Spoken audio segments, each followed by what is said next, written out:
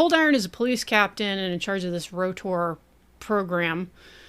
And his superior is Commander Bugler, who very peremptorily calls him and tells him, like orders him to make with the product fully 25 years.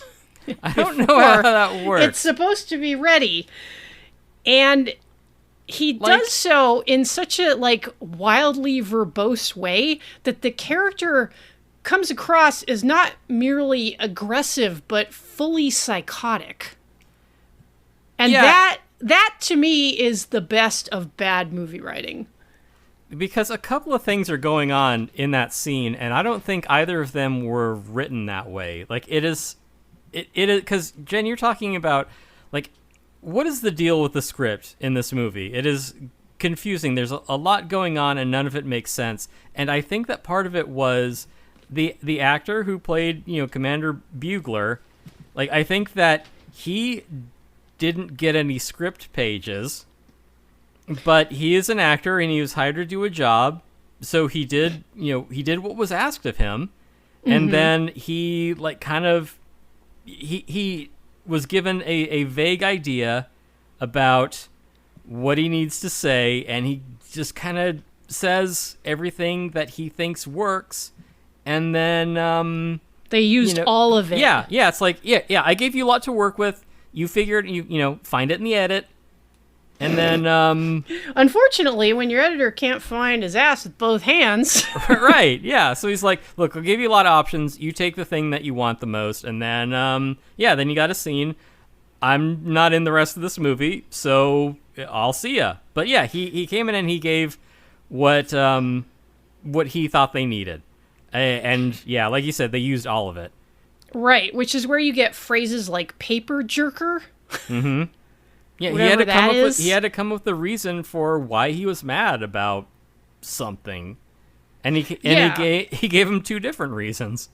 Yeah, and I guess what it boils down to is that some congressperson or another has demanded that the Dallas Police Department's Science Division produce a working law enforcement android in the next 60 days. 60 days?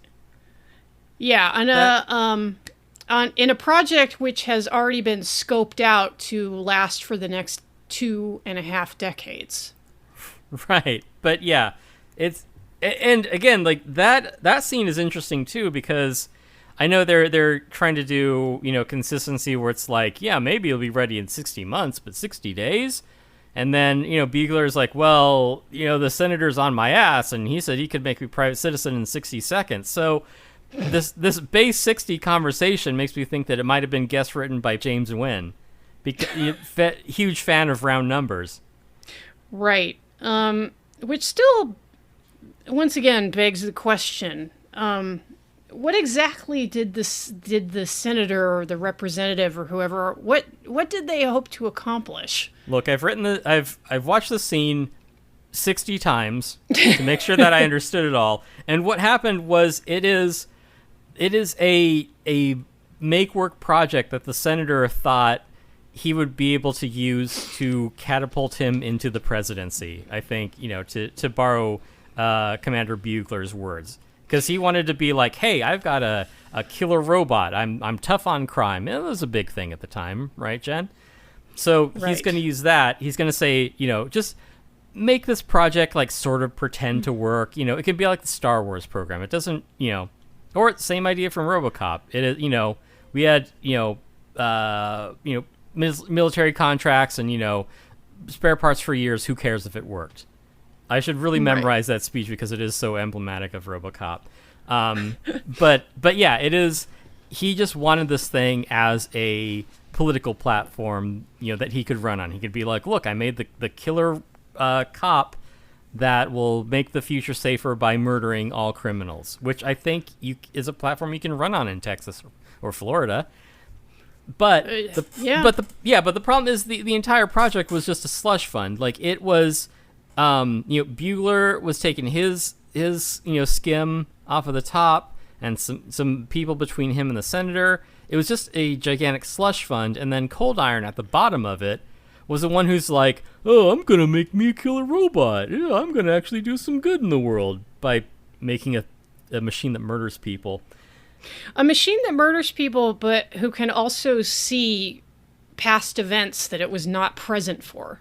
Right. Well, computers, they can do anything. It's really amazing.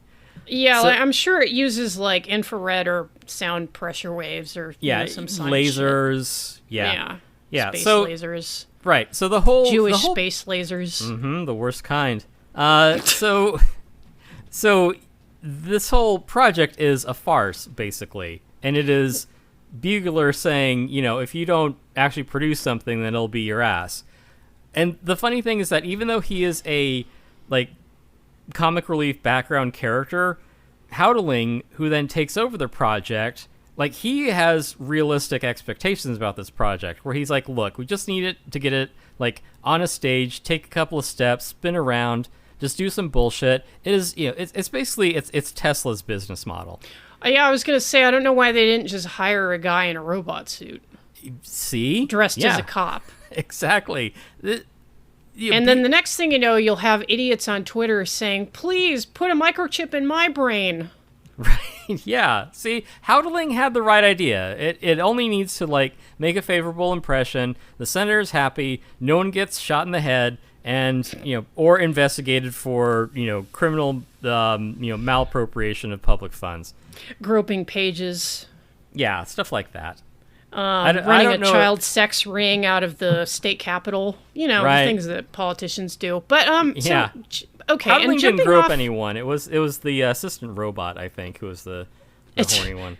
So, jumping off of what you have just explained, and we'll get back to Howdeling later, because that's very important. But as you said, this would appear to be an indictment of our corrupt system of politicians and law enforcement working hand in hand to enrich themselves, and damn the populace. We're not working for them. We're feathering our own nests here. If it wasn't so stupid, yes. And it's it's great that we have Paul Verhoeven to come along and make a similarly jaundiced movie about law enforcement and the United States and crime.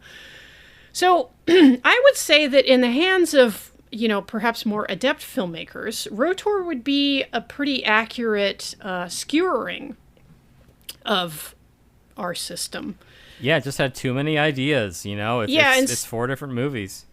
Yeah, because instead you just get this weird pile of scenes where nothing really connects to anything else. Yes, and stupid people making a dumb movie. Hey, you can't listen to this. If you want to hear the rest of this episode, you gotta head on over to patreon.com/haveyouseenthis. And for only $5 a month, you'll get the rest of this episode, plus one more every month, plus over 50 other patron-only episodes. Find the deep cuts for only $5 a month at patreon.com/haveyouseenthis. Link is in the description.